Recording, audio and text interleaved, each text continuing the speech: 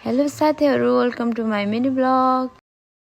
मैले चाहिँ ब्लग नबनाएको नि धेरै भयो कि, अनि त्यही भएर आज चाहिँ बनाम कि भनेर यसो भिडियो बनाउँदै छु। हामी चाहिँ अहिले मार्बल डाँडामा घुम्न जान लाग्या हो कि साथीहरु। भाइ, दिदी, म 3 जना मात्र आएको हो कि हामी चाहिँ। मेरो चाहिँ प्यान्ट लामो भयो कि, अनि त्यही भएर मैले खुम्चाएर यसरी हिँड्यो म चाहिँ। जसो तसो लाउनु त पर्यो हैन त साथीहरु। बाटो चाहिँ यस्तो छ साथीहरु, के गर्नु, बर्खामा यस्तै त हुन्छ नि है। त्यसमाथि मैले चप्पल कस्तो लाएको थियो। साउन्डमा चाहिँ कसले चुरा लाउनु भयो साथीहरु, कमेन्ट गर्नु ल। मैले चाहिँ लाइसक्यो, मेन्टी नि भरिसक्यो। मेरो चाहिँ प्यान्ट नै झर्यो कि। फाइनली हामी चाहिँ आइपुग्यौं। बल्ल आइपुग्यो भनेर खुसी भएर हिँडिरहेको छु म चाहिँ। प्यान्ट माथि माथि गरेर हिँडिरहेको छ। मेरो चाहिँ बिजोक भएको थियो कि, अनि मेरो बाल प्यान्टलाई खुम्चाएर हिँड्या के। अनि भाइ नि थियो, भाइ चाहिँ हाँस्दै हिँडिरहेको छ पुरै। अर्को भाइले चाहिँ ल्याउन नि पाएन, गाडी ट्याक्सीमा आएको थियो कि हामी चाहिँ। अनि ट्याक्सीले कुर्दैन नि त, तपाईहरुलाई नि थाहा छ। त्यही भएर हामीले चाहिँ छोडेर आयो।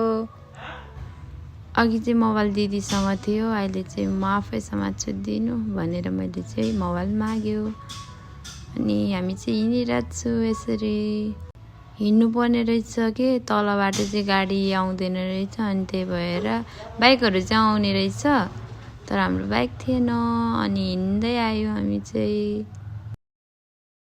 फाइनली मार्बल डाँडा नै आइपुगिसक्यो हामी। हेर्न सक्नुहुन्छ साथीहरु, यस्तो राम्रो थियो, सिनहरु चाहिँ खतरा थियो के, यहाँको भ्यूहरु चाहिँ।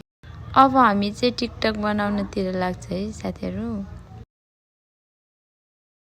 मेरो चाहिँ खुट्टामा जुगो पसेर यसरी रगत खाइसक्या रहेछ कि, थाहा नै भएको थिएन। अनि पछि पो हेर्दाखेरि त पुरै रगत आइरा रहेछ के। अब यो निको हुन लाग्दाखेरि कम त सिलाउँछ नि साथीहरु। मैले चाहिँ दिदीलाई रिस गरिरहेको के, किनकि त दिदीले चप्पल लाएको थियो नि त मेरो। दिदी वनमा गएको थियो, वनबाट सारेर ल्याएछ। चप्पलभरि रगतै रगत थियो के। अब चाहिँ हामी यो डाँडा चढ्नु पर्ने हुन्छ। कसरी चढ्ने होला, गाह्रो छ, तर भयो नि हिँडिरहेको छु। मैले चाहिँ भाइले अगाडि पठायो, किनकि त मलाई तान्नु पर्छ नि त, म चढ्न सक्दैन।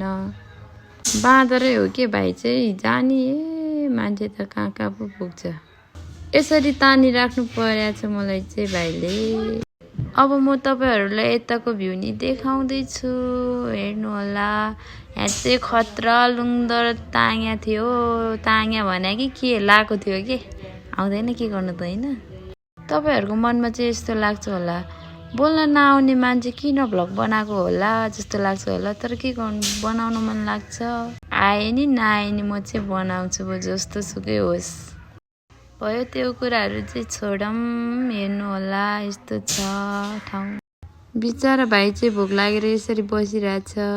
भोक पनि किन नलाग्नु हो, कति 11 बजिसक्या थियो यो बेलासम्म। अनि भोक चाहिँ मलाई पनि लागिरहेछ, के गर्नु। यहाँ पसलहरू केही पनि थिएन के, गाडी त आउँदैन, पसलको त कुरै छोडौँ न हैन। हामी त जसो तसो गरेर आयौं। तपाईहरु जाँदा चाहिँ खाजाहरू लगेर गयो भने राम्रो हुन्छ। शीतल हावा खाँदै, माथिको भ्यू हेर्दै, साथीहरुसँग गफ गर्दै, त्यसरी खाएको मजा नै छुट्टै हुन्छ के। हामीले चाहिँ सबै ठाउँ घुमेर सकिसक्यौं। अब हामी फर्केर जान लागिरहेछु, जाँदैछु भनौँ न। अनि दिदीको पछाडि चाहिँ कुकुर पनि छ के, हाम्रो साथी हो नि त उनी। हामी देख्ने बित्तिकै हामी फर्केर आउँदा त ऊ पनि पो आउँदो रहेछ। बाटो यहाँतिर चाहिँ राम्रो थियो के, त्यही भएर म चाहिँ भाग्दैछु।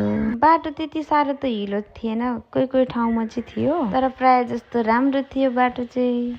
अनि भाइले चाहिँ म पनि त ब्लगर हो नि भनेर क्यामेरा देखाइरहेछ ऊ आफैलाई। मेरो पालो हो, तिमी ब्लगर हो भनिदिएको। अनि भाइ चाहिँ खुसी भएर हाँस्दै हिँडिरहेछ। आमामा, उसलाई ब्लगर भन्दा त कम त खुसी हुँदो रहेछ नि। अनि हाम्रो भाइको बुढी चाहिँ हिँडिरहेछ यसरी, मलाई हेरेर हिँड्छ आज घुरेर के। भाइले चाहिँ मलाई रिस गर्दो रहेछ कि, उसको बुढी भनेको थियो नि त मैले। तिम्रो बुढी होइन, मैले जिस्काएको मात्र हो के, तिम्रो बुढी त राजकुमारी हुन्छ होला नि त होइन दिदीलाई नि मैले देखाएँ दिदी चाहिँ आफ्नै सुरमा हिँडिरहेको छ एक्लै फर्केर हेऱ्यो अझ मोबाइल चाहिँ भाइले समातेको थियो कि अनि त्यही भएर हामी चाहिँ यसरी भागिरहेको छु सर्टकट बाटो जाने भनेको त यस्तो रहेछ बाटो नि भयो नि अब चाँडो पुग्नुपर्छ नि त भोकले मर्न लागिरहेको थियो त्यही भएर यसरी हिँडिरहेको छु हामी चाहिँ जस्तो बाटो भयो नि लड्यो भने चाहिँ गुल्टेर तलतिर पुग्छ हामी बिस्तारै हिँड्दा त लड्ला जस्तो हुँदो रहेछ भनेर म चाहिँ भाग्यो दिदी चाहिँ गुल्टिन्छ अरे भनेर डराएर त्यतिकैमा मलाई चाहिँ रक्सी लागेछ कि फेरि तपाईँहरूले हो रक्सी खाएर लड्न लागेछ भन्नुहुन्छ त्यस्तो चाहिँ होइन है साथीहरू मैले भने मात्र हो त्यतिकैमा खोलाको बाटो नि आइपुग्यो चप्पल सप्पल खोलेर म चाहिँ पानी खेल्नतिर लागेँ पानी चाहिँ यस्तो चिसो थियो कि साथीहरू कुरै नगरौँ न चिसोले खुट्टा नै काटेको थियो कि फ्रिजको पानी यतिको हुँदैन होला कि बरु पानी देखेपछि चाहिँ खेलिहाल्नुपर्छ कि मलाई चिसो भएर पानीमा खुट्टा टेक्नै सकिनँ कि अनि त्यही भएर ढुङ्गा माथि चढ्यो म चाहिँ लास्ट चिसो थियो पानी खेलेर सक्यो अब चाहिँ हामी लाग्छौँ हामी चाहिँ चटपटे खानातिर लाग्छौँ अब भोक लागेर हो कि चटपटे चाहिँ हामीलाई मिठो लागेको थियो कि आजको दिन चाहिँ यसरी नै गयो हाम्रो यति भन्दै मैले आजको भ्लग चाहिँ यहीँ गर्नुपर्ने हुन्छ बाई साथीहरू